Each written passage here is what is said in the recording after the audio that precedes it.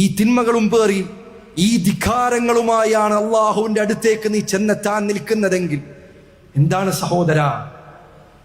സഹോദര നീ വിചാരിക്കുന്നത്? എന്റെ വയസ്സ് ഇത്രയായില്ലേ, നീ തിരിഞ്ഞു നോക്കൂ, എന്താണ് നീ ചെയ്തത്? പണ്ഡിതന്മാരിൽ ചിലർ, വാല്യക്കണക്കിന് ഗ്രന്ഥങ്ങൾ എഴുതിയ ഉലമാക്കൾ, അവരുടെ ചരിത്രത്തിൽ കാണാം, അവരിൽ ചിലർ കണ്ണാടിക്കു മുൻപിൽ ചെന്ന് നിന്ന് 40-50 വയസ്സായപ്പോൾ അവരിൽ ചിലർ നരച്ച താടിയും പിടിച്ച് അവരവരോട് തന്നെ കണ്ണാടിയിലേക്ക് നോക്കി ചോദിച്ചിട്ടുണ്ട്, ഇത്ര വയസ്സായി നീ എന്താണ് ഇതുവരെയായി ചെയ്തത്? ഒന്ന് കണ്ണിൽ നോക്കി ചോദിക്കുക, അവനവനോട് ചോദിക്കുക, നീ എന്താണ് ചെയ്തത്? അല്ലാഹു നിനക്ക് നൽകിയ ജീവിതം കൊണ്ട് നീ എന്താണ് നിനക്ക് വേണ്ടി സമ്പാദിച്ചു വെച്ചിട്ടുള്ളത്? കേട്ടു തീർത്ത സംഗീതത്തിന്റെയും കണ്ടു തീർത്ത സിനിമകളുടെയും വൃത്തികേടുകളുടെയും കണക്കുകളല്ലാതെ ആത്മാർത്ഥമായി ഹൃദയ സാന്നിധ്യത്തോടുകൂടി അള്ളാഹുവിനെ ഉദ്ദേശിച്ചുകൊണ്ട് നിസ്കരിച്ച ഒരു നിസ്കാരം ജീവിതത്തിൽ ഉണ്ടായിട്ട് കാലം എത്രയായി?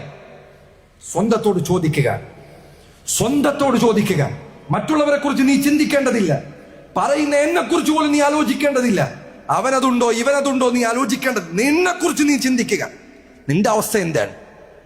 ഇപ്പോൾ മരിച്ചു കഴിഞ്ഞാൽ നിന്റെ സ്ഥിതി എന്താണ്? അള്ളാഹുവിനോട് എന്തു ഉത്തരം പറയുമെന്നാണ് നീ വിചാരിക്കുന്നത്?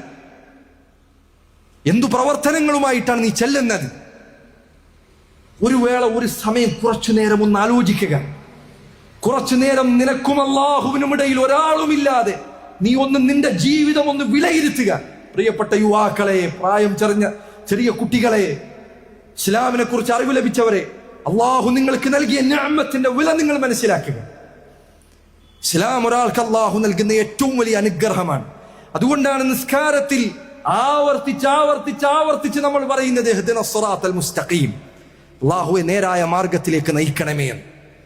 പണ്ഡിതന്മാരിൽ ചിലർ പറഞ്ഞു, ഇസ്ലാമല്ലാത്ത മറ്റേതെങ്കിലും കാര്യം അതിനേക്കാൾ വലിയ അനുഗ്രഹം ഉണ്ടായിരുന്നെങ്കിൽ ആ സൂറത്തിൽ അള്ളാഹു അതായിരുന്നു നമ്മളെ കൊണ്ട് ചോദിപ്പിക്കുമായിരുന്നത്. ഇസ്ലാമിനേക്കാൾ വലിയ വേറൊരു അനുഗ്രഹം ഉണ്ടായിരുന്നെങ്കിൽ, അള്ളാഹുവിന്റെ ദീനിൽ ജീവിക്കുക എന്നതിനേക്കാൾ വലിയ ഒരു അനുഗ്രഹം ഉണ്ടായിരുന്നെങ്കിൽ അള്ളാഹു അത് അവിടെ പറയുമായിരുന്നു. ഹിദായത്ത് ഏറ്റവും വലിയ വിലയാണ്. അത് നീ നിസ്സാരമായി കാണരുത്.